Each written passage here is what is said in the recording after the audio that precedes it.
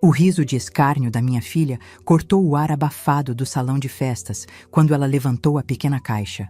Sou Odete, 72 anos, artesã de mãos calejadas e a verdadeira dona do teto que cobre a cabeça dela. Vânia acha que sou apenas uma velha avarenta, mas a segunda-feira trará uma lição que dinheiro nenhum compra. Eu sempre acreditei que o amor se mede pelo tempo que dedicamos a alguém, e não pelo valor da etiqueta que penduramos num pacote. Talvez esse tenha sido o meu erro. Criar uma filha achando que o mundo lá fora ensinaria o resto. Eu estava enganada. Enquanto eu ajeitava o meu vestido azul marinho, aquele que uso apenas em missas de 7º dia e casamentos importantes, senti um aperto no peito que não tinha nada a ver com a costura. Era um pressentimento, desses que a gente que já viveu muito aprende a não ignorar. Olhei para o pacote sobre a mesa da minha cozinha antes de sair. Era pequeno, embrulhado em papel pardo, amarrado com um barbante de sisal e um raminho de alecrim que colhi no meu quintal. Dentro não havia um videogame de última geração nem um tablet, mas algo que levei 3 meses para esculpir. Eu sou artesã, trabalhei a vida inteira com madeira e barro. Minhas mãos, hoje cheias de manchas e com as articulações inchadas, sustentaram minha casa e a educação da Vânia sozinha depois que meu marido se foi. Para o Pedrinho, meu neto que completava 7 anos, eu havia feito um cavaleiro medieval articulado, todo em madeira de imbuia, com um escudo onde gravei as iniciais dele. Era uma peça única, feita com suor, paciência e principalmente memória. O aniversário era num desses buffets infantis, barulhentos da Zona Sul, com luzes que piscavam demais e uma música tão alta que impedia qualquer conversa civilizada. Mundo da fantasia, dizia o letreiro neon na fachada. Para mim, parecia mais o mundo do desperdício. Assim que entrei, o cheiro enjoativo de algodão doce misturado com fritura me atingiu. Havia balões prateados por todo lado e uma mesa de bolo que parecia um cenário de novela, de tão artificial. Vânia veio me receber não com um abraço, mas com um aceno rápido de cabeça, enquanto segurava uma taça de espumante. Ela estava linda, não posso negar. O vestido de seda verde realçava seus olhos, mas havia uma dureza neles que eu não reconhecia da menina que embalei no colo. Ao lado dela, Cláudio, meu genro, conversava alto com um grupo de homens de terno, rindo de algo que certamente envolvia dinheiro ou carros. Mãe, chegou cedo, disse ela sem me beijar. A mesa de presentes é ali no canto. Deixa lá e vem sentar. Não fica em pé no meio do caminho atrapalhando os garçons.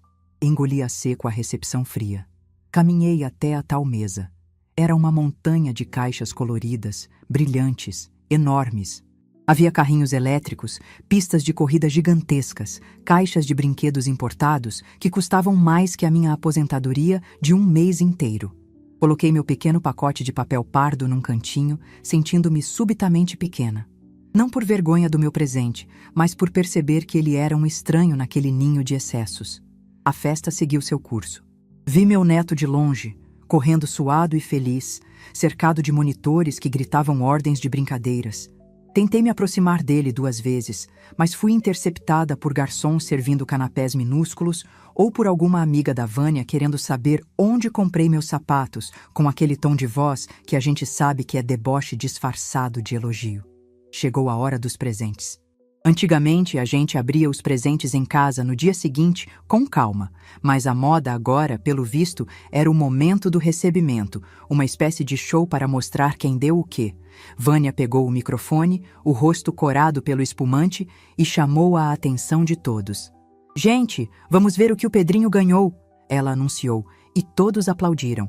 Começou o desfile de ostentação. Cláudio erguia as caixas grandes, lia o nome de quem deu, e todos faziam "Oh!".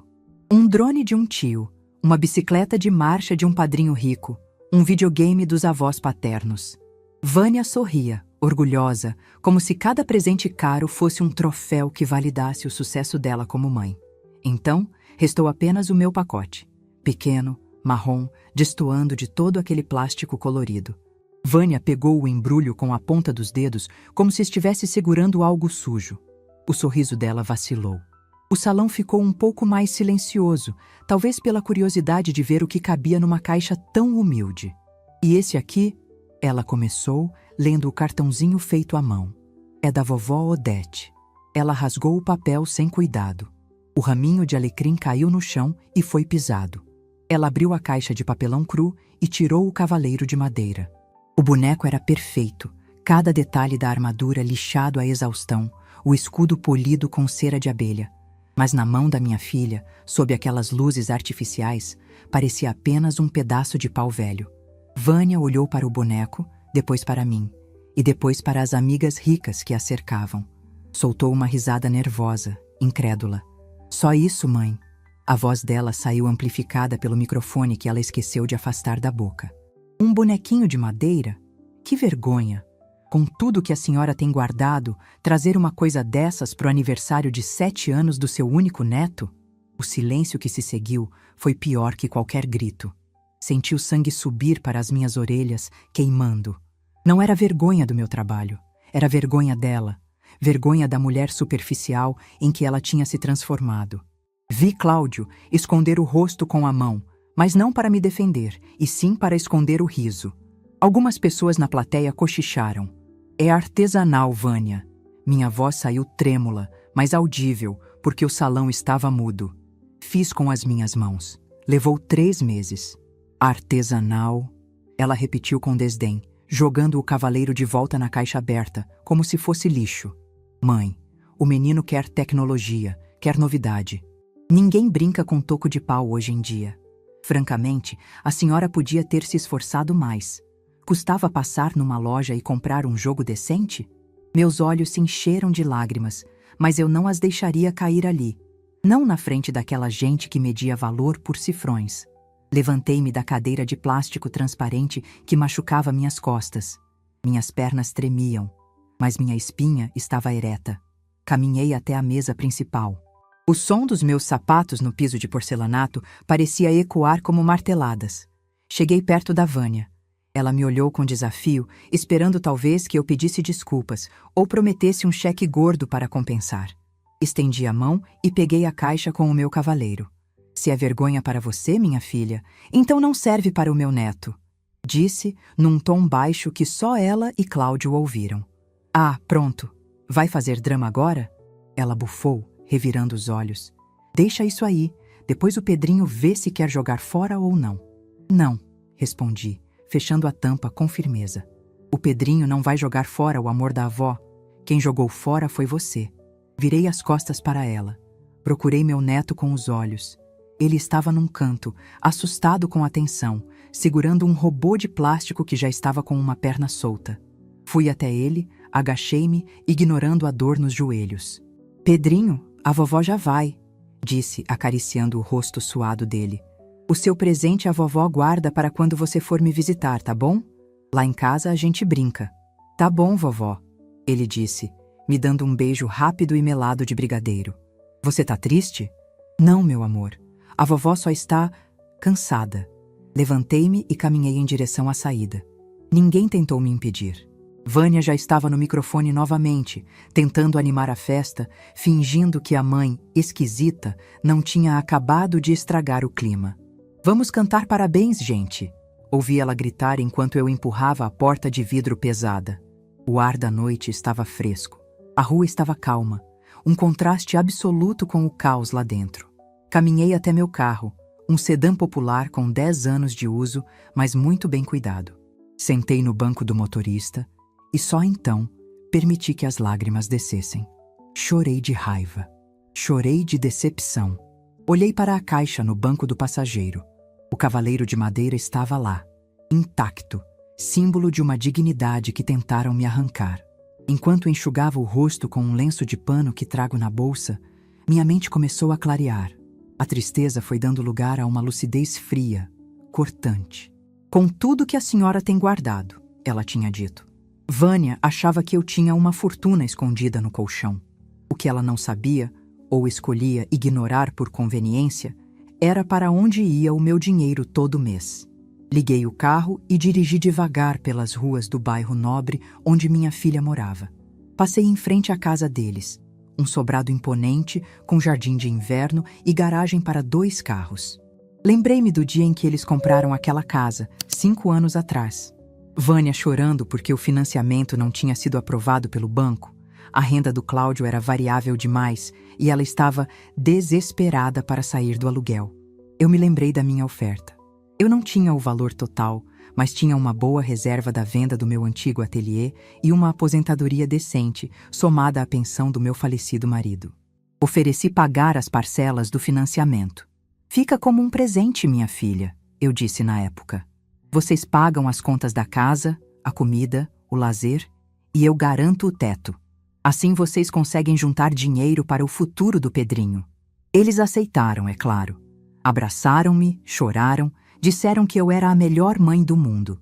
Mas a memória da gratidão é curta quando a ambição é longa. Durante 5 anos, todo dia 10, religiosamente, R$ 3.500 saíam da minha conta direto para o boleto habitacional em nome do Cláudio. Um dinheiro que me impedia de viajar, de trocar de carro, de reformar meu próprio apartamento que estava com uma infiltração no banheiro. Eu me privava para que eles tivessem luxo. Eu dava o teto para que eles pudessem gastar em festas de aniversário de R$ 20.000 e me humilhar por causa de um brinquedo de madeira. Parei no sinal vermelho. A frase dela ecoava na minha cabeça. Só isso, mãe?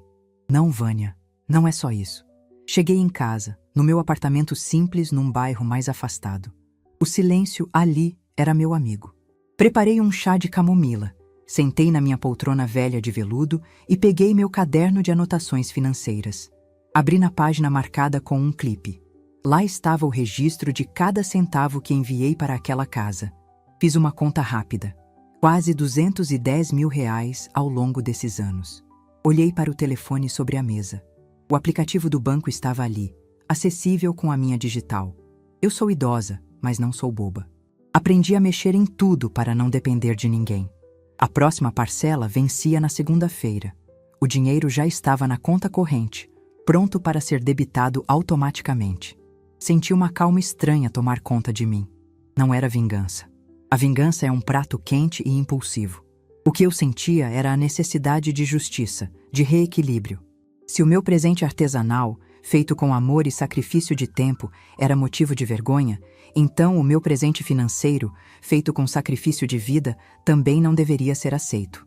Afinal, dinheiro é algo tão vulgar, não é? Tão simples. Só isso. Peguei o celular. Abri o aplicativo. Meus dedos não tremiam mais.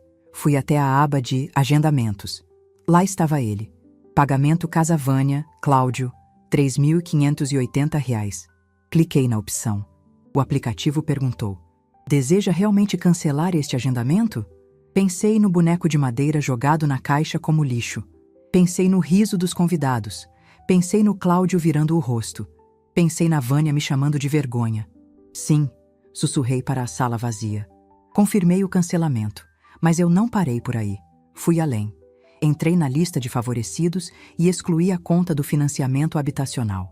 Depois, peguei o extrato dos últimos 5 anos, imprimi na minha pequena impressora jato de tinta que fazia um barulho engasgado e coloquei tudo numa pasta azul.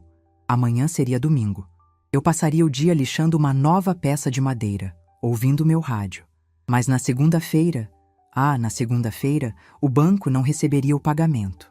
E como o contrato estava no nome do Cláudio, mas com o meu aval financeiro atrelado a uma conta específica que eu acabara de desvincular, a notificação de atraso chegaria rápido. Eles sempre gastavam tudo o que tinham. Eu sabia que a conta deles estava zerada depois dessa festa absurda. Bebi o último gole do meu chá. Estava frio, mas desceu doce. Dormi como há muito tempo não dormia. Um sono pesado, sem sonhos. Acordei no domingo com a alma lavada. Passei o dia cuidando das minhas plantas, conversei com a vizinha, Dona Cida, sobre a novela e nem toquei no telefone, apesar das 3 chamadas perdidas da Vânia. Provavelmente ligava para reclamar que saí sem me despedir ou para perguntar se eu tinha levado algum doce para casa. Na segunda-feira de manhã, tomei meu café com leite, coloquei meu melhor conjunto de linho bege e fui até a agência bancária pessoalmente. Sentei na mesa do gerente, um rapaz muito atencioso chamado Marcelo, que me conhecia há anos. Dona Odete, bom dia. Em que posso ajudar? Ele sorriu. Bom dia, Marcelo. Eu quero fazer uma alteração estrutural nas minhas finanças. Sabe aquele débito automático do financiamento imobiliário de terceiros? Sei sim, aquele que a senhora paga religiosamente. Houve algum problema? Não, problema nenhum. Só que acabou. Cancelei pelo aplicativo, mas quero garantir que não haja nenhuma brecha para cobrança na minha conta. E tem mais uma coisa, tirei da bolsa o dinheiro que seria da parcela. Eram notas vivas, que eu havia sacado no caixa eletrônico antes de sentar ali. Quero aplicar isso num fundo de investimento para mim, para uma viagem. Sempre quis conhecer Portugal. Marcelo arregalou os olhos levemente, mas manteve o profissionalismo. Perfeito, Dona Odete. E quanto ao financiamento? O titular será notificado da falta de pagamento em breve. Eu conto com isso, respondi, com um sorriso sereno. Saí do banco sentindo o sol no rosto. Era um dia lindo. Enquanto eu caminhava para o ponto de táxi, meu celular vibrou. Era uma mensagem de texto automática do sistema do banco, mas dessa vez encaminhada pelo Cláudio para mim, cheia de interrogações. A mensagem dizia: Caixa. Prezado cliente, não identificamos o pagamento da parcela habitacional. Evite a inclusão no cadastro de inadimplentes. Logo em seguida, a foto do Cláudio piscou na tela. Ele estava ligando.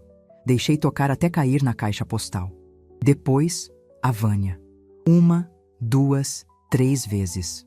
Olhei para o visor, vendo o nome Filha brilhar insistentemente. Guardei o celular na bolsa, entre o lenço de pano e a minha carteira. O jogo tinha virado, e pela primeira vez em anos, as peças estavam nas mãos certas.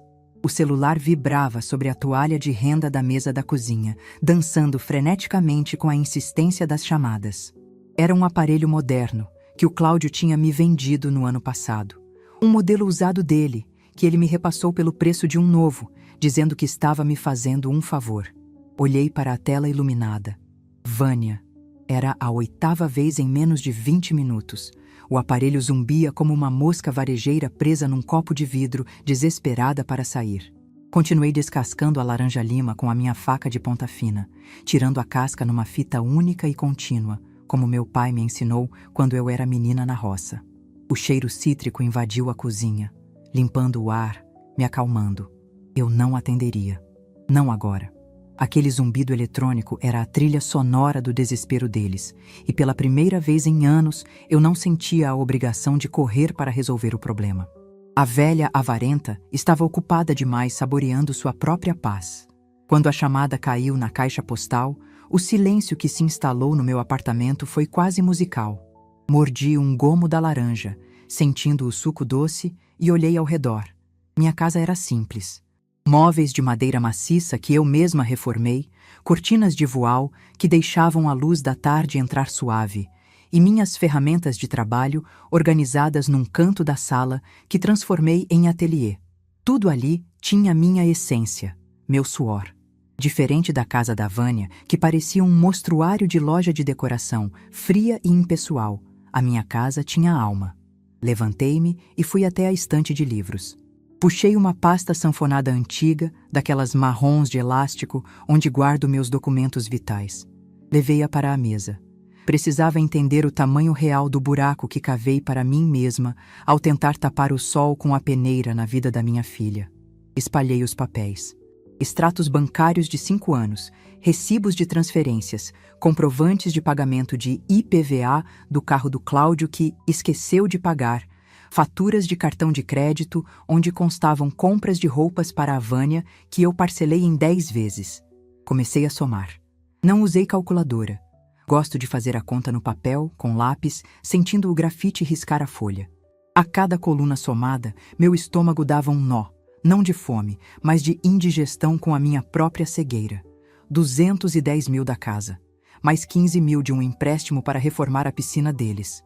Mais 6 mil de ajuda, quando o Cláudio bateu o carro bêbado e o seguro não cobriu.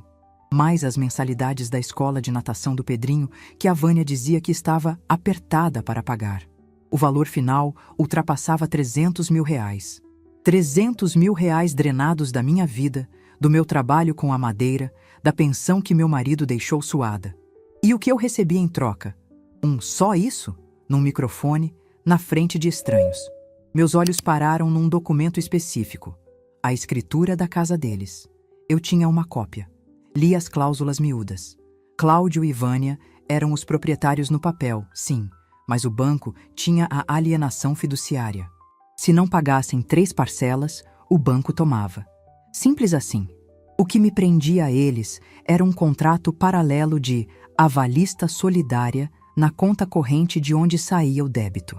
Com a minha manobra de hoje cedo no banco, desvinculando minha conta e retirando a autorização de débito automático, eu havia cortado o cordão umbilical financeiro. Mas descobri algo mais, algo que minha mente cansada tinha esquecido.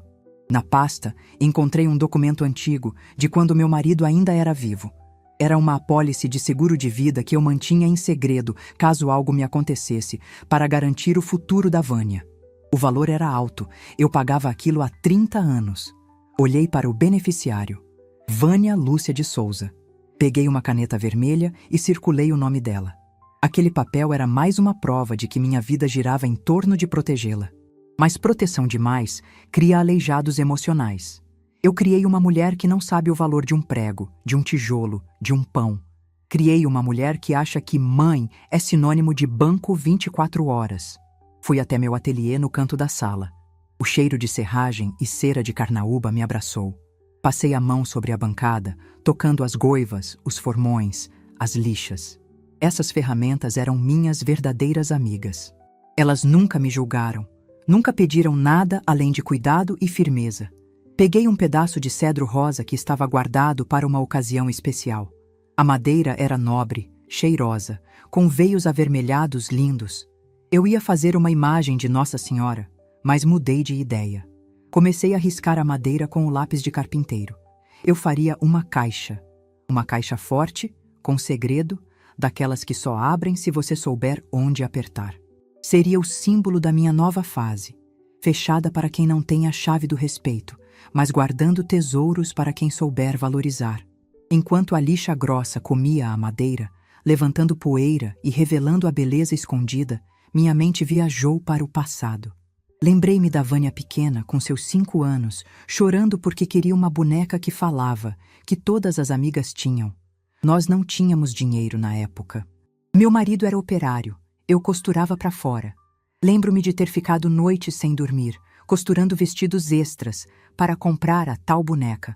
Quando dei o presente, ela brincou por 2 dias e depois largou num canto, sem uma perna. Eu deveria ter aprendido a lição ali. O padrão sempre foi esse.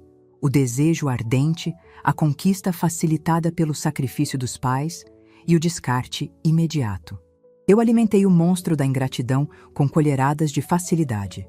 Dona Odete, a senhora é uma santa, diziam os vizinhos quando viam eu carregar sacolas de compras para a casa da filha. Santa. Que palavra perigosa. Santos são mártires, santos sofrem calados, santos se sacrificam. Eu cansei de ser santa. Agora, eu queria ser apenas humana.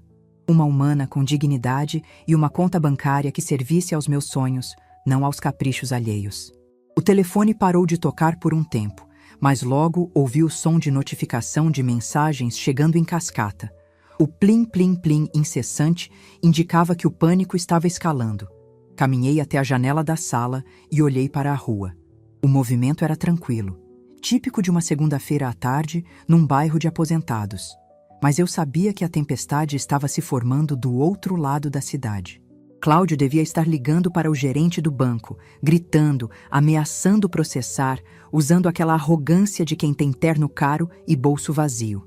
O gerente, Marcelo, explicaria calmamente que a autorização de débito foi revogada pela titular da conta-fonte e diria a frase mágica: "O senhor precisa regularizar o saldo devedor imediatamente." Eu sorri. Não um sorriso de vilã de novela, mas um sorriso de quem finalmente entendeu a piada. Eles achavam que eu era frágil. Vânia sempre me tratou como se eu fosse um bibelô antigo, que a gente deixa num canto e limpa a poeira de vez em quando. A mamãe não entende dessas coisas modernas, ela dizia para as amigas. A mamãe é do tempo da onça. Mal sabia ela que a mamãe administrava um fluxo de caixa doméstico com a precisão de um contador, que a mamãe sabia exatamente quanto rendia cada aplicação no Tesouro Direto, que a mamãe tinha aprendido a investir no mercado de ações assistindo vídeos na internet enquanto lixava madeira. Eles subestimaram a minha capacidade intelectual porque eu escolhi a simplicidade. Confundiram simplicidade com ignorância. Esse foi o erro fatal deles. Voltei para a mesa e olhei novamente para os números. Com o dinheiro que eu deixaria de gastar com eles, eu poderia reformar meu banheiro em 1 mês. Em 3 meses, poderia trocar meu carro. Em 6 meses...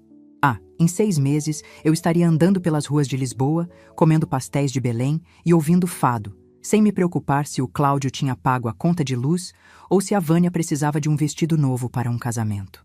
A percepção externa que eles tinham de mim era de uma velha senhora prestimosa e um pouco tola. A realidade interna era que eu era a âncora que impedia o barco furado deles de afundar. E eu tinha acabado de cortar a corrente. Decidi que precisava sair de casa. Não queria estar ali se eles resolvessem aparecer batendo na porta. Eu precisava de ar. Precisava ver gente. Precisava materializar o meu novo plano. Troquei de roupa. Vesti um vestido estampado de flores miúdas, passei um batom cor-de-boca e coloquei meus óculos escuros. Peguei minha bolsa e tranquei a porta com 2 voltas na chave. Desci as escadas do prédio. Moro no 2º andar e não gosto de esperar o elevador. E cumprimentei o porteiro, seu Zé. Tarde bonita, dona Odete. Vai passear? Vou sim, seu Zé. Vou cuidar da vida. E se alguém me procurar, diga que eu saí sem hora para voltar. Especialmente se for minha filha. Seu Zé, que já presenciou algumas grosserias da Vânia quando ela vinha me buscar, piscou um olho. Cúmplice. Pode deixar. A senhora saiu para um compromisso inadiável. Caminhei até o centro comercial do bairro. Entrei numa agência de viagens. O ar-condicionado estava gelado, um contraste gostoso com o calor da rua. A atendente, uma moça jovem com um lenço colorido no pescoço, me atendeu com um sorriso que parecia genuíno. Boa tarde, senhora. Pensando em férias? Pensando em vida nova, minha filha. Quero ver pacotes para Portugal. Para daqui a 2 meses. Portugal é lindo. Vai com a família? A pergunta veio automática. Respirei fundo antes de responder. Não, vou sozinha. É um presente de mim para mim mesma. Passamos meia hora olhando hotéis, passagens e passeios. Não fechei nada ainda, mas saí de lá com um envelope cheio de brochuras coloridas e orçamentos impressos. Aquele envelope pesava na minha mão, mas era um peso bom. Era o peso da possibilidade. Voltei para casa caminhando mais devagar. Passei na padaria e comprei um sonho recheado de creme. Eu não comia sonho há anos, por causa do açúcar. Mas hoje o dia pedia uma transgressão. Quando dobrei a esquina da minha rua, vi o carro do Cláudio parado em fila dupla na frente do meu prédio. O pisca-alerta estava ligado. Ele estava fora do carro, andando de um lado para o outro, falando ao celular e gesticulando agressivamente. Vânia estava encostada na porta do passageiro com os braços cruzados, batendo o pé no chão. Ela ainda usava uma roupa chique. Provavelmente saiu direto de algum almoço com as amigas para vir resolver o problema da velha. Meu coração acelerou, não de medo, mas de adrenalina. Aquele era o momento, o confronto inevitável. Mas eu não estava pronta para falar com eles. Não queria dar a eles o prazer de ver minha reação, de me verem explicar ou justificar. O silêncio é uma arma poderosa, e eu pretendia usá-la até o fim. Recuei devagar, escondendo-me atrás de uma banca de jornais. Observei-os de longe. Eram como 2 crianças mimadas que tiveram o doce tirado da boca. Cláudio chutou o pneu do carro com raiva. Vânia parecia estar chorando ou gritando. Não dava para ouvir daqui, mas a linguagem corporal era de pura frustração. Seu Zé saiu da guarita. Vi ele gesticular, apontando para a rua, provavelmente repetindo o que eu tinha pedido. Ela saiu, sem hora para voltar. Cláudio passou a mão pelos cabelos, desesperado. Vânia pegou o celular novamente e ligou. Meu telefone vibrou dentro da bolsa. Ignorei. Fiquei ali, escondida, comendo meu sonho de creme, sujando o canto da boca de açúcar, assistindo de camarote ao desmoronamento da arrogância deles. Pela primeira vez, Eu não era a coadjuvante da vida deles. Eu era a diretora do espetáculo e tinha acabado de apagar as luzes do palco principal. Depois de uns 10 minutos, eles entraram no carro e arrancaram bruscamente, cantando pneu. Esperei o carro sumir na curva para sair do meu esconderijo. Subi para o meu apartamento, sentindo minhas pernas firmes. Entrei, coloquei o envelope da agência de viagens bem no centro da mesa da sala, ao lado da fruteira. Seria a primeira coisa que eles veriam quando eu finalmente permitisse que entrassem. Fui até o ateliê e peguei o cavaleiro de madeira que Vânia tinha desprezado. Coloquei-o sobre a estante, em destaque. Ele parecia me olhar com orgulho, seu pequeno escudo erguido. É, meu amigo, disse eu para o boneco. A batalha começou. E acho que nós temos uma estratégia melhor que a deles. Sentei na minha poltrona e peguei o caderno de anotações. Comecei a escrever um roteiro. Não um diário, mas um plano. O que eu diria quando atendesse o telefone? Nada de desculpas, nada de emoção barata, apenas fatos. Item 1. A fonte secou. Item 2. A responsabilidade é intransferível. Item 3. Respeito não se pede, se impõe. A noite caiu lá fora, trazendo um vento fresco. Eu estava sozinha, mas nunca me senti tão acompanhada. Estava acompanhada da minha dignidade, que eu tinha resgatado do lixo onde minha filha a jogou. E amanhã a pressão aumentaria. O banco não espera, e eu também não esperaria mais. Enquanto a cidade lá fora se preparava para dormir, eu me sentia mais desperta do que nunca. A vergonha que minha filha sentiu de mim seria transformada na lição mais dura que ela já teve. E como toda boa artesã sabe, para a madeira ficar lisa e perfeita, às vezes é preciso usar a lixa mais grossa primeiro. Era isso que eu faria. Iria lixar o orgulho deles até sobrar apenas a verdade crua. Fechei os olhos, imaginando o telefone do Cláudio tocando de novo na manhã seguinte, mas dessa vez com um número de cobrança de São Paulo. Um sorriso escapou dos meus lábios. Dormi sentindo o cheiro de alecrim que vinha da cozinha, o mesmo alecrim que foi pisado na festa, mas que aqui, na minha casa, reinava soberano e perfumado. A justiça tem um cheiro doce, pensei, antes de pegar no sono. A terça-feira amanheceu com aquele sol tímido de outono, filtrado pelas minhas cortinas de voal. Enquanto o mundo lá fora corria apressado, eu me permiti um luxo que há anos não tinha. Acordar sem despertador. O silêncio do meu apartamento era quebrado apenas pelo chiar da chaleira no fogão e pelo canto distante de um bem-te-vi. Não havia pressa. Não havia a angústia de conferir o saldo bancário para ver se o cheque especial cobriria as extravagâncias da minha filha. Havia apenas eu, o aroma do café fresco e a certeza de que a tempestade que eu havia plantado estava prestes a desabar sobre o telhado de vidro de Vânia e Cláudio. Levantei-me devagar, sentindo as articulações reclamarem um pouco menos hoje. Parece que quando a alma fica leve, o corpo acompanha. Fui até a cozinha e servi meu café na xícara de porcelana que herdei da minha mãe, aquela com bordas douradas que eu só usava em dias santos. Hoje era um dia santo, o dia da minha libertação. Meu celular, que passara a noite desligado dentro da gaveta de meias, foi trazido para a mesa. Liguei o aparelho. A tela acendeu e, imediatamente, começou a piscar e vibrar como se estivesse tendo uma convulsão. As notificações entravam em cascata, uma atropelando a outra. 42 chamadas perdidas, dezenas de mensagens no WhatsApp. Áudios de 1 minuto, 2 minutos. Não ouvi nenhum. Apenas observei os nomes na tela. Vânia, Cláudio Casa. A alternância dos nomes mostrava o revezamento do desespero. Eles deviam estar tentando entender o inexplicável. Para eles, o dinheiro da mãe era como a água da torneira. Bastava girar que saía. De repente, a seca chegou, e eles não tinham baldes para armazenar a chuva. Decidi que minha estratégia não seria o desaparecimento total, mas a presença seletiva. Eu não fugiria. Quem não deve, não teme. E eu, Odete, artesã e viúva, não devia nada a ninguém. Pelo contrário, tinha um crédito moral gigantesco que começaria a cobrar agora. Tomei meu café com calma, comendo uma fatia de pão com manteiga na chapa. Depois, vesti uma roupa confortável, mas arrumada. Uma calça de algodão azul marinho e uma blusa branca de linho.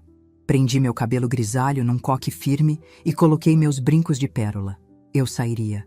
Tinha compras a fazer para o meu ateliê. Antes de sair, peguei o celular e digitei uma única mensagem no grupo da família, onde estavam Vânia e Cláudio. Não respondi às perguntas, não dei explicações. Escrevi apenas: "Bom dia. Estou bem. Tive um problema técnico com o telefone ontem. Hoje estarei ocupada o dia todo resolvendo pendências pessoais. Não se preocupem." Enviei e imediatamente bloqueei as chamadas de voz temporariamente, deixando apenas o WhatsApp ativo, mas sem a confirmação de leitura azul. Eles saberiam que eu estava viva, que estava sã e que estava ignorando o pânico deles deliberadamente. Isso doeria mais do que o silêncio absoluto. A indiferença é uma lâmina fria. Saí de casa e caminhei até o ponto de ônibus. Eu poderia ter chamado um táxi, mas queria ver gente, queria sentir a cidade. No caminho, encontrei Dona Jandira, a fofoqueira oficial do bairro, varrendo a calçada. "Bom dia, Dona Odete." Ela gritou, apoiada na vassoura. "Menina, sua filha ligou aqui para casa ontem à noite, acredita? Estava histérica, perguntando se a senhora tinha passado mal. Disse que a senhora sumiu." Sorri, um sorriso plácido e controlado. "Imagina, Jandira. Coisas da Vânia. Ela é muito ansiosa, você sabe. Meu celular acabou a bateria e eu dormi cedo. Está tudo ótimo." "Ah, que bom!" Ela falava de um jeito, parecia caso de polícia ou de hospital. "Mas a senhora está com uma cara ótima, corada." "É a paz de espírito, Jandira. É o melhor cosmético que existe." Segui meu caminho, deixando Jandira confusa. Eu sabia que em 10 minutos ela ligaria para a Vânia para dizer que me viu feliz e saltitante. Isso aumentaria a confusão deles. Se a mãe está bem e feliz, por que não pagou a conta? Por que cancelou o débito? A dúvida é o primeiro passo para o desmoronamento da arrogância. Peguei o ônibus para o centro da cidade. Fui direto à Casa das Madeiras, uma loja antiga onde eu comprava meus materiais mais nobres. O cheiro de serragem ali era meu perfume favorito. Cumprimentei o seu Antônio, o dono, um senhor português de bigode vasto que sempre valorizou meu trabalho. "Dona Odete, que honra! O que traz a senhora aqui numa terça-feira?" "Vim investir, seu Antônio. Quero aquela prancha de jacarandá que o senhor me mostrou mês passado e quero o melhor kit de formões suíços que o senhor tiver." Ele arregalou os olhos. "Mas, Dona Odete, isso é material caro. A senhora sempre dizia que precisava economizar." "A economia acabou, seu Antônio. Agora é tempo de qualidade. Vou levar tudo e pode mandar entregar lá em casa, por favor." Paguei à vista, no débito. O valor foi alto, quase R$ 2.000. O dinheiro que, em outros tempos, estaria reservado para pagar o IPVA do carro do Cláudio ou a rematrícula da escola do Pedrinho. Ao digitar a senha, senti uma satisfação quase física. Aquele dinheiro se transformaria em arte, em beleza, em algo que duraria gerações. Não viraria fumaça em jantares caros ou roupas de marca que sairiam de moda na estação seguinte. Enquanto eu assinava o recibo, meu celular vibrou no bolso. Olhei discretamente. Era uma mensagem de áudio do Cláudio. Resolvi ouvir, colocando o telefone no ouvido como se fosse uma ligação, enquanto fingia admirar umas latas de verniz. A voz dele estava trêmula, tentando manter a pose de macho alfa, mas falhando miseravelmente. "Dona Odete, bom dia. É o Cláudio. Olha, a Vânia está muito nervosa. Chegou uma notificação digital do banco aqui e hoje de manhã o correio entregou uma carta registrada, dizendo que o financiamento está em atraso e que perdemos o benefício da pontualidade. Deve ser algum erro do sistema da senhora, né? O débito automático falhou. A senhora precisa ir ao banco agora resolver isso, senão vão sujar meu nome. Me liga urgente." Sujar meu nome. A preocupação dele não era comigo, nem com a casa onde meu neto morava. Era com o nome dele na praça, aquele nome que ele usava para ostentar um sucesso que não tinha. Guardei o celular sem responder. O erro não era do sistema. O sistema funcionou perfeitamente pela primeira vez em 5 anos. O dinheiro ficou com a dona dele. Saí da loja e fui almoçar num restaurante self-service ali perto. Sentei-me sozinha, comi minha salada e meu filé de frango grelhado, observando as pessoas. Eu me sentia uma espiã na minha própria vida. Sabia de um segredo que mudaria tudo. E o poder desse segredo me dava uma energia nova. Foi então que decidi fazer o movimento seguinte. Não bastava cortar o dinheiro. Eu precisava que eles sentissem a minha presença sem que pudessem me controlar. Fui até uma loja de brinquedos educativos, uma daquelas bem tradicionais, nada de eletrônicos. Comprei um quebra-cabeça de 1000 peças, uma paisagem linda de uma floresta. Pedi para embrulhar. Peguei um táxi e fui até a escola do Pedrinho. Era o horário da saída. Eu sabia que a Vânia não ia buscar o menino. Quem ia era a van escolar. Mas às vezes a babá ia. Hoje eu queria ver meu neto, mesmo que de longe. Fiquei do outro lado da rua, perto de uma banca de revistas. O sinal tocou e as crianças começaram a sair. Logo vi o Pedrinho, com a mochila arrastada no chão, parecendo triste. Ele não estava correndo como os outros meninos. Meu coração de avó apertou. A tensão em casa devia estar insuportável, e crianças são esponjas emocionais. Quando ele ia entrar na van, atravessei a rua rapidamente. "Pedrinho!" chamei. Ele virou e o rosto dele se iluminou num sorriso que valia todo o ouro do mundo. "Vovó Odete!" Ele correu e me abraçou na cintura. O motorista da van, o seu Carlos, me conhecia.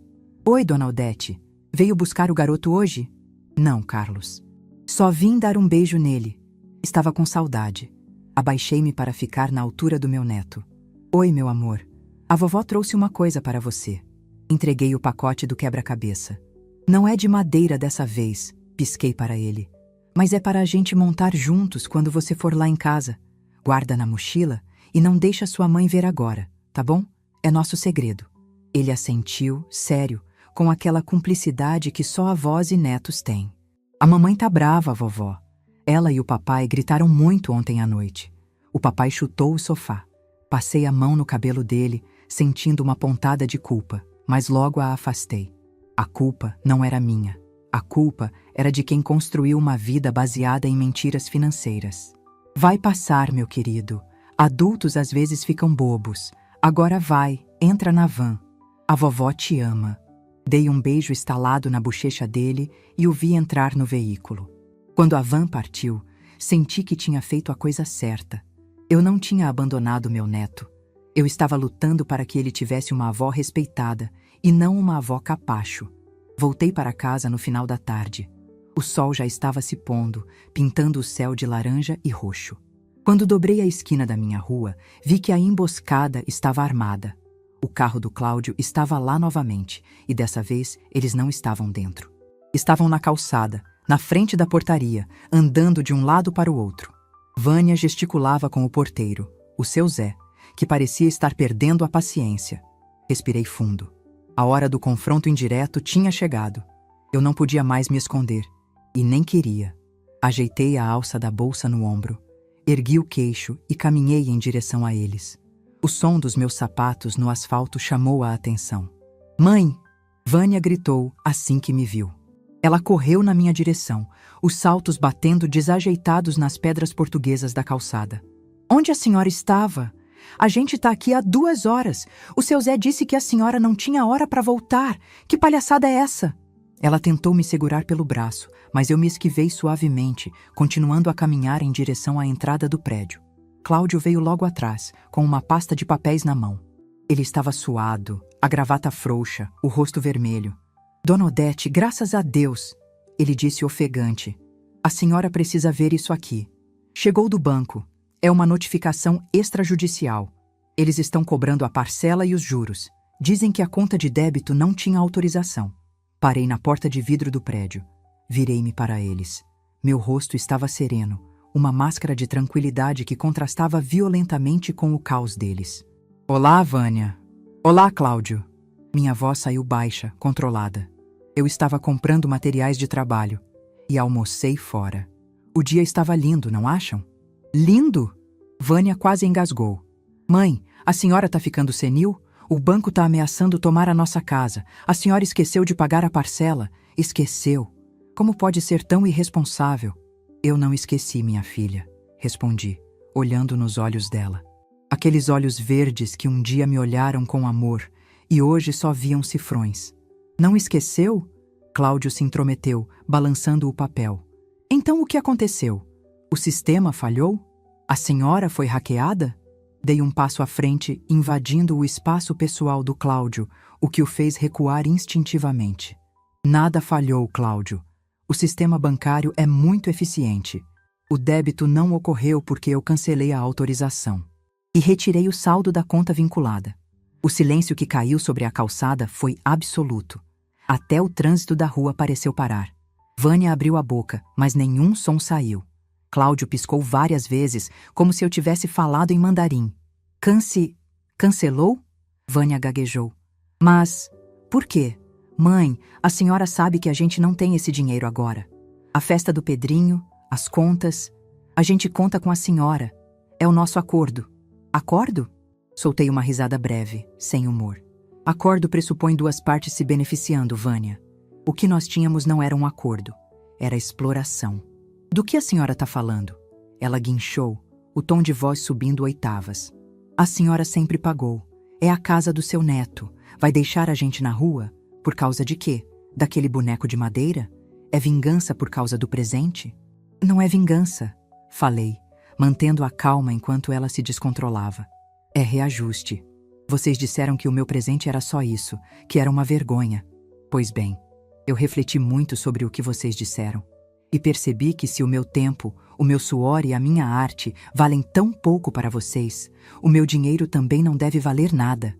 Dinheiro é algo tão simples, não é, Vânia? Tão vulgar. Só isso. Cláudio passou a mão no rosto, desesperado.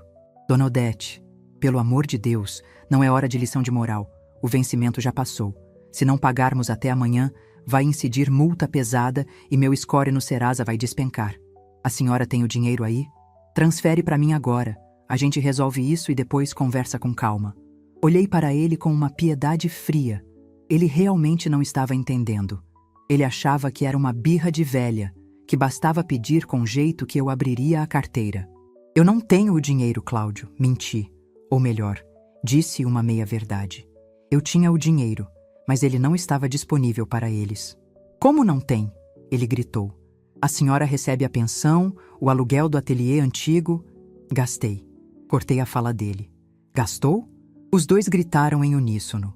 Sim, gastei. Comprei madeira de jacarandá. Comprei ferramentas importadas e comprei um pacote de viagem. Vou para Portugal. Vânia parecia prestes a desmaiar. Ela se apoiou no capô de um carro estacionado. Portugal? Mãe, a senhora nunca viajou para fora. A senhora tem medo de avião. A senhora gastou o dinheiro da nossa casa para ir passear? Da sua casa, Vânia. A minha casa está quitada e paga. E sobre o medo de avião, descobri que tenho mais medo de morrer sem ter vivido do que de cair lá de cima. O porteiro, seu Zé, assistia a tudo de dentro da guarita, fingindo ler um jornal, mas eu sabia que ele não perdia uma palavra. Aquilo seria a notícia da semana no prédio. Isso é loucura, Cláudio murmurou, as mãos na cabeça. A senhora ficou louca. Interdição, Vânia. A gente precisa ver isso. Ela não está respondendo por si. Sorri novamente. Eu esperava por isso. A cartada da velha louca. Pode tentar, Cláudio. O gerente do banco, o Marcelo, atestou minha total lucidez hoje de manhã quando fiz os investimentos no meu nome. E tenho certeza que qualquer juiz vai achar muito interessante ver os extratos bancários dos últimos 5 anos que eu organizei numa pasta.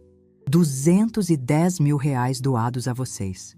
Acho que isso prova que a única loucura que cometi foi demorar tanto para fechar a torneira. Vânia começou a chorar.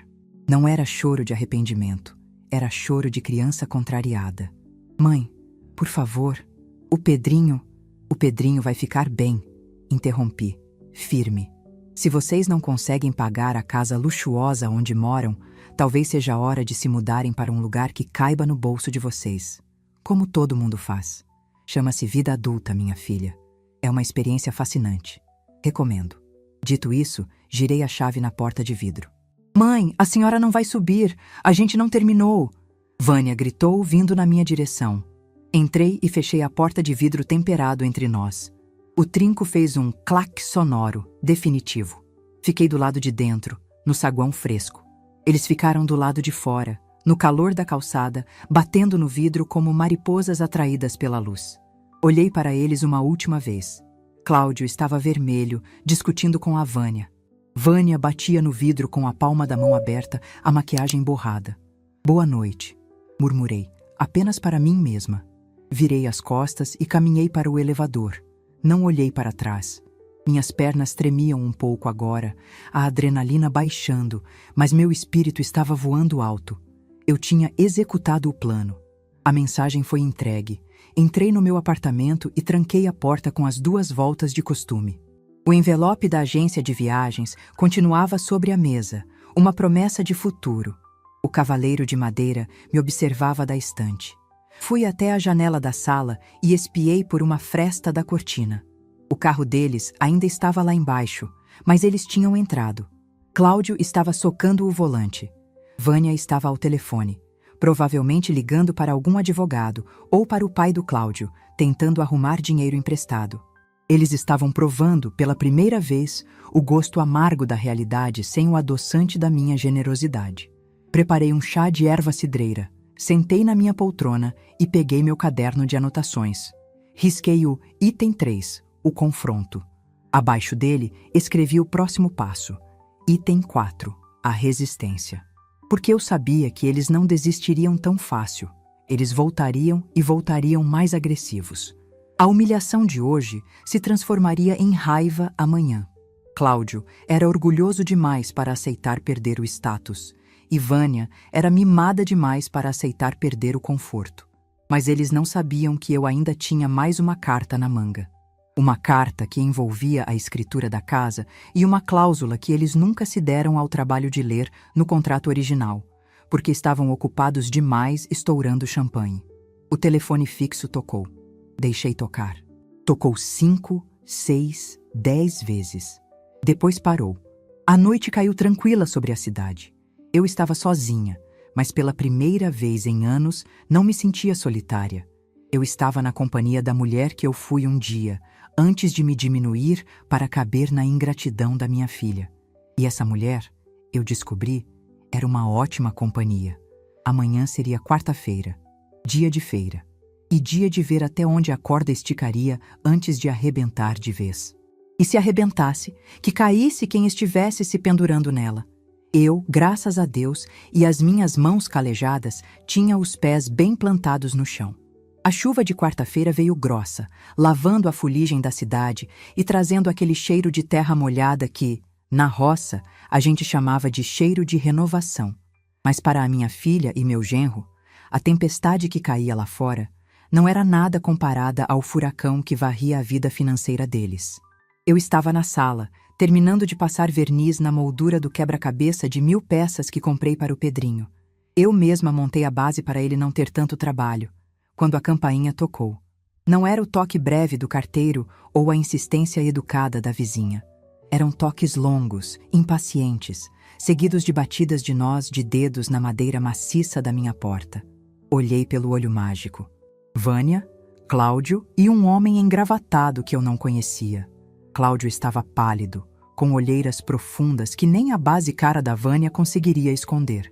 Minha filha roía a unha do polegar, um tique nervoso que ela não tinha desde o vestibular. Abri a porta devagar. Não tirei a corrente de segurança. Pois não? Perguntei com a mesma calma de quem atende um vendedor de enciclopédias.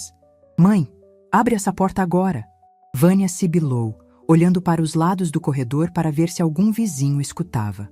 A gente precisa entrar. Trouxemos o doutor Arruda. Advogado? Arqueei uma sobrancelha. Para visitar a mãe e a sogra? Que formalidade. Dona Odete.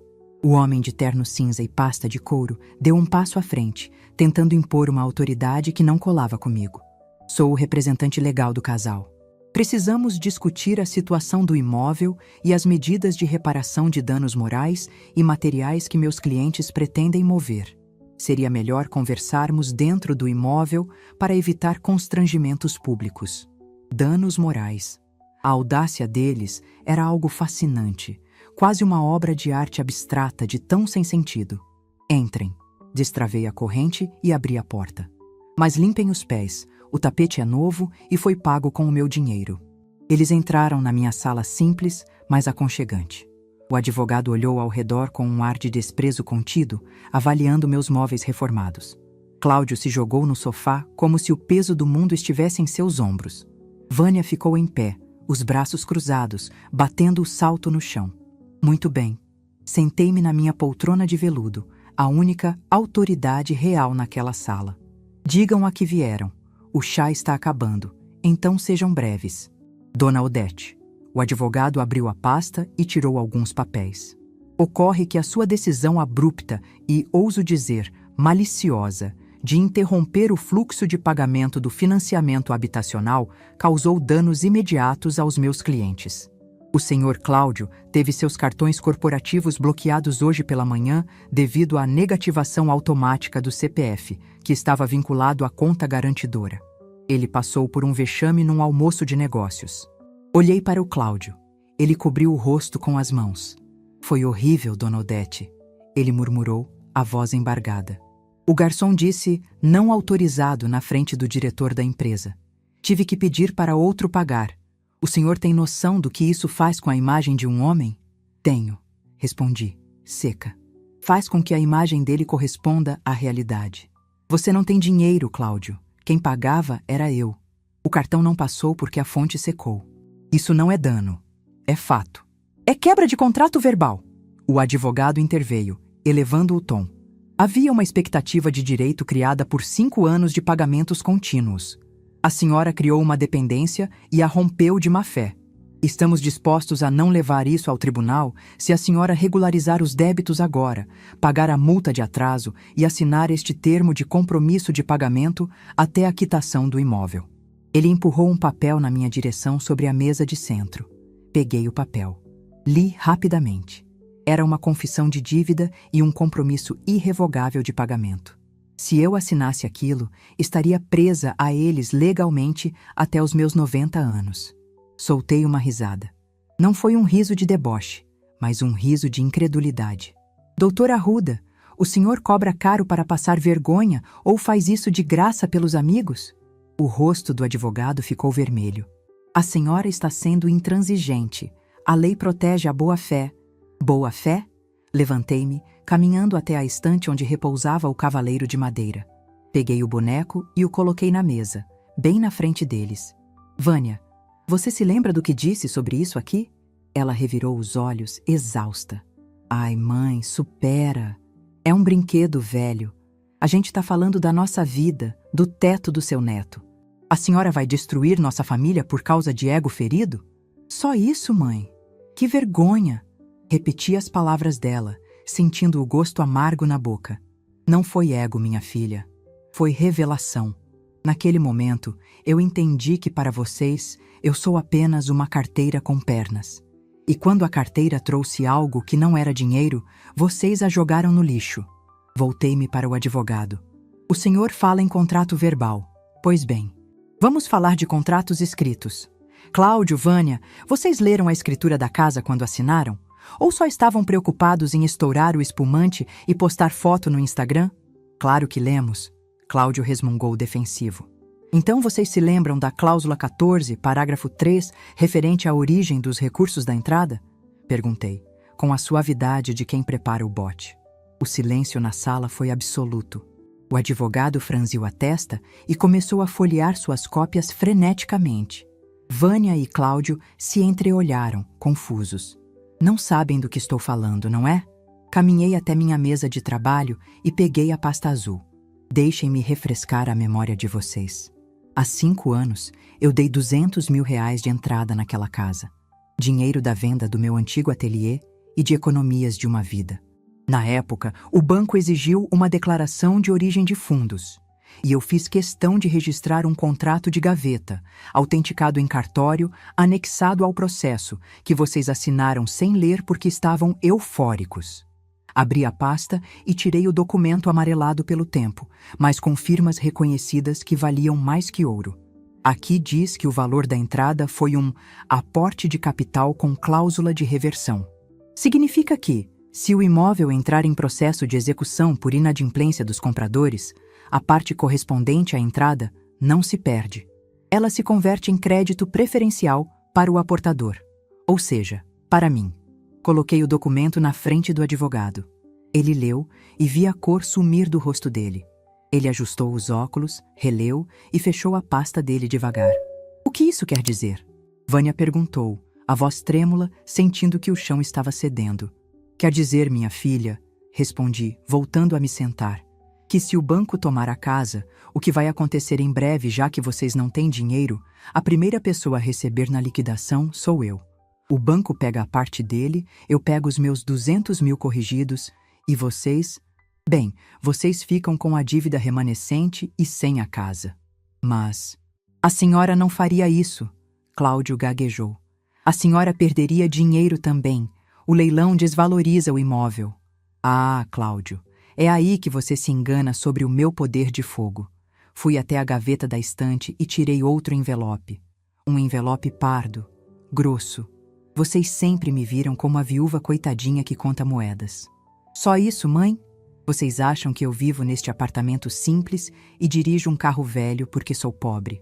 Nunca lhes ocorreu que eu vivo assim porque sou inteligente. Tirei os extratos bancários consolidados dos meus investimentos.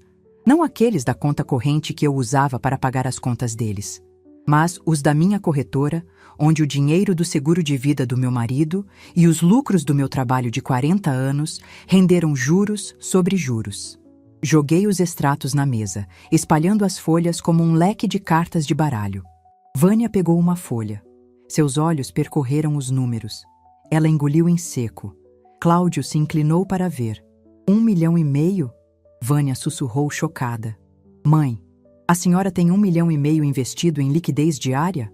1.840.000, se contarmos a valorização de ontem, corrigi, cruzando as pernas.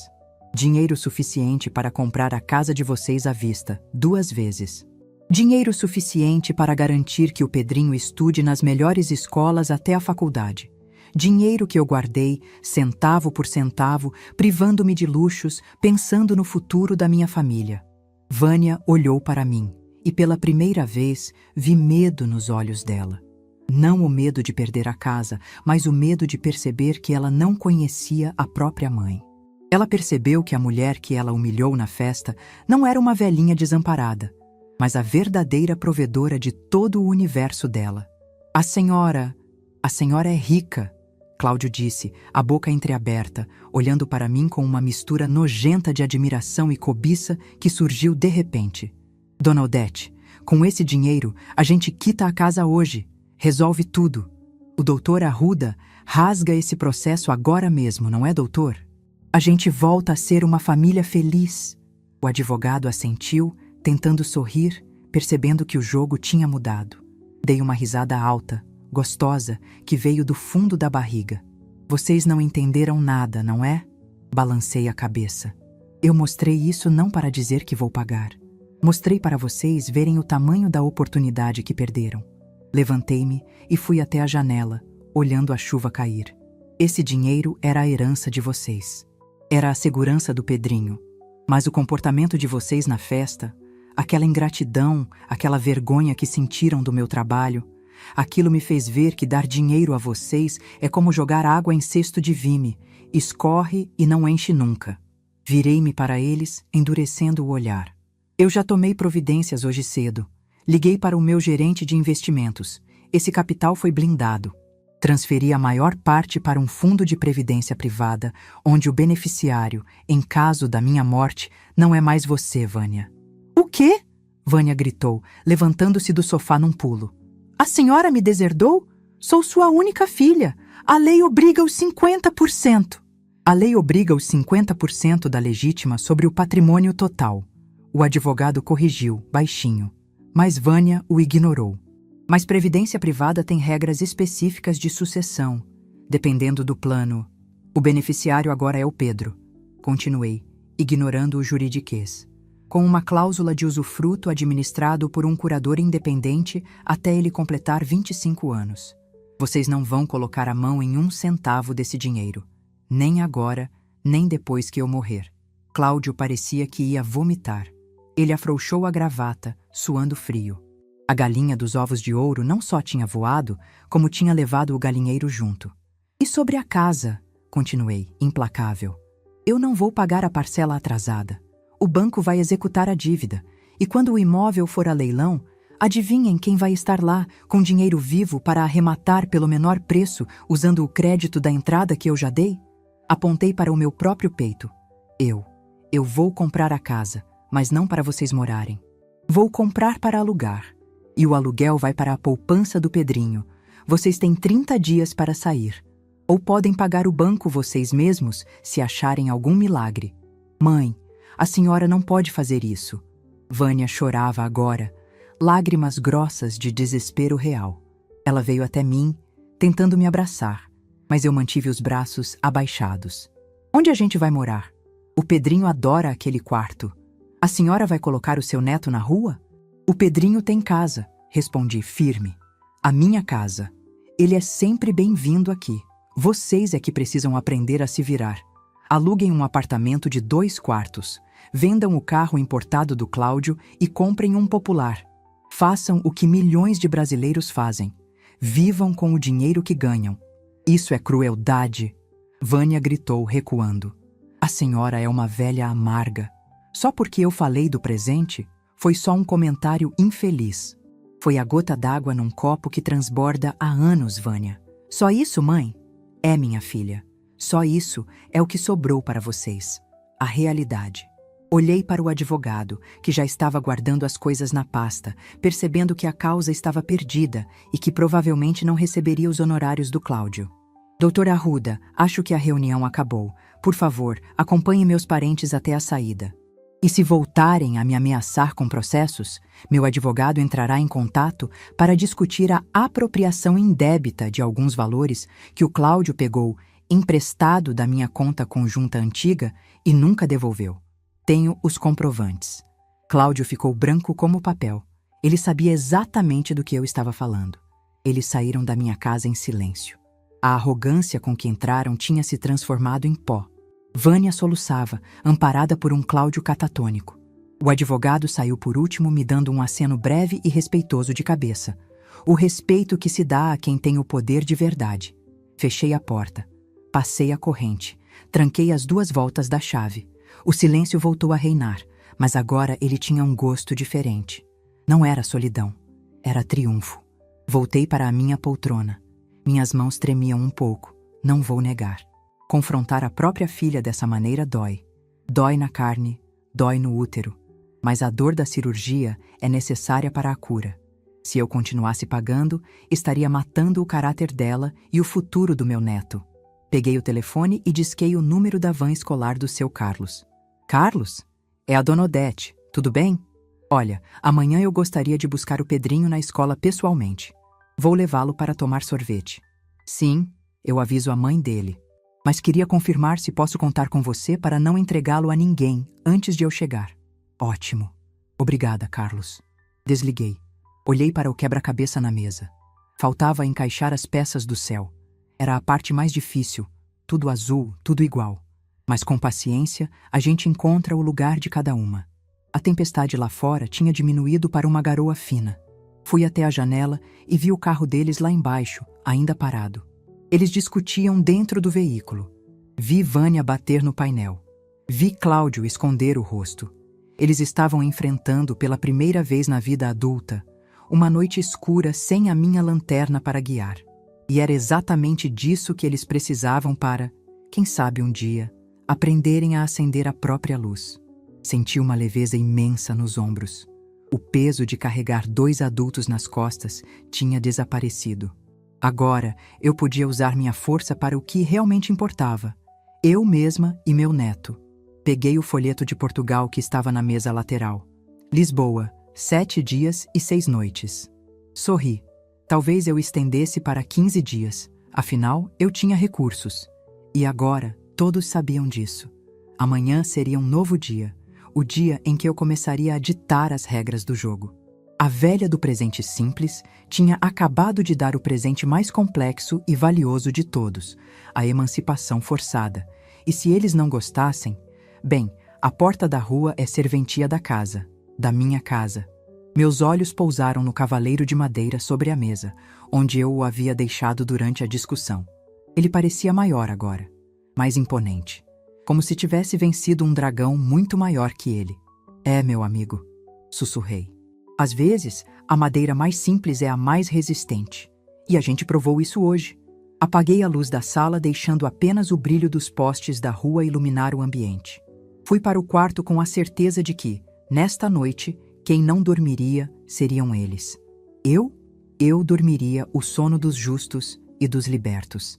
A batalha tinha sido vencida, mas a guerra pela educação moral da minha família ainda exigiria estratégia. E meu próximo movimento já estava desenhado na minha cabeça, claro como a luz do dia. O aniversário do Pedrinho no ano que vem não seria num buffet caro. Seria no quintal da casa que eu compraria de volta. E o presente? O presente seria algo que dinheiro nenhum do Cláudio poderia comprar. Fim do capítulo 4. O apartamento de 2 quartos no 3º andar de um prédio antigo, sem elevador, cheirava a alho refogado e cebola. Não era o aroma artificial de buffet infantil, nem o cheiro de produtos de limpeza caros que impregnava a antiga mansão da minha filha. Era cheiro de comida de verdade, de casa que funciona no ritmo da vida real. Subi os lances de escada devagar, sentindo o peso da minha mala de mão, mas meu coração estava leve. Fazia 3 meses desde o dia em que fechei a porta na cara do desespero deles, e hoje, pela primeira vez, fui convidada para almoçar. Toquei a campainha. Nada de vídeo porteiro ou câmeras de segurança monitoradas pelo celular. A porta se abriu e Vânia apareceu. Ela estava diferente.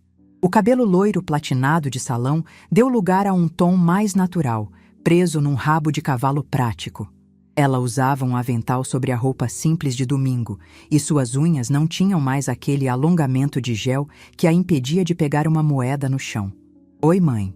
A voz dela saiu baixa, sem a estridência de antes, mas com uma doçura tímida que eu não ouvia desde que ela era adolescente.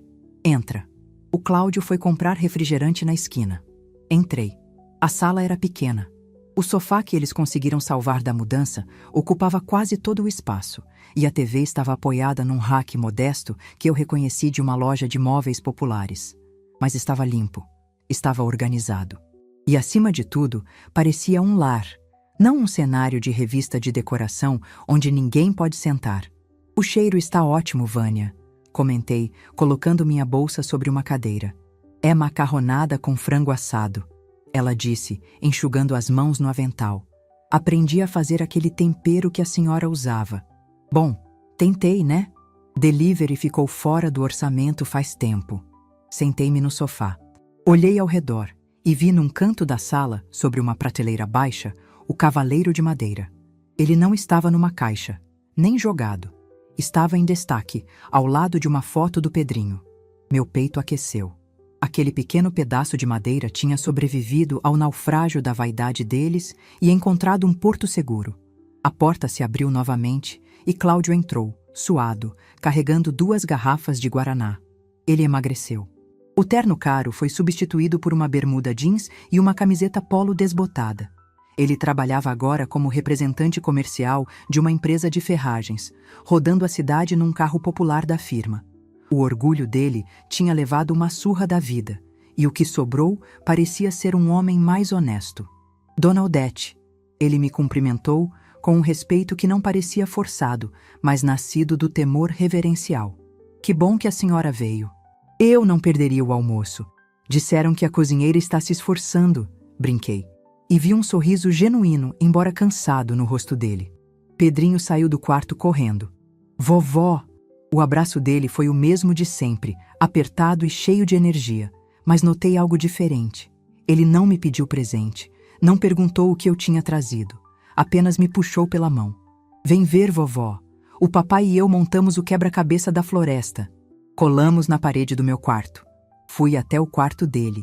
Era apertado, dividindo espaço com uma mesa de escritório onde Vânia agora fazia bicos de revisão de textos. Ela tinha redescoberto sua formação em letras, que abandonou para ser socialite. Na parede, o quebra-cabeça de 1000 peças estava lá, emoldurado de forma caseira, mas com capricho. Ficou lindo, meu amor. Elogiei, passando a mão na cabeça dele. Deu trabalho? Deu muito. Ele riu. O papai quase desistiu nas peças do céu, mas a mamãe ajudou a separar as cores. A gente ficou 3 noites fazendo. 3 noites. Família reunida. Sem tablets, sem gritaria, sem ostentação. Apenas tempo. O tempo que eu sempre disse que era o verdadeiro luxo. Voltamos para a sala para comer. A mesa era pequena, nossos joelhos se tocavam, mas a conversa fluiu. Falamos sobre o trânsito, sobre a escola nova do Pedrinho, uma escola de bairro, boa e tradicional, sem mensalidades astronômicas. E sobre o trabalho do Cláudio.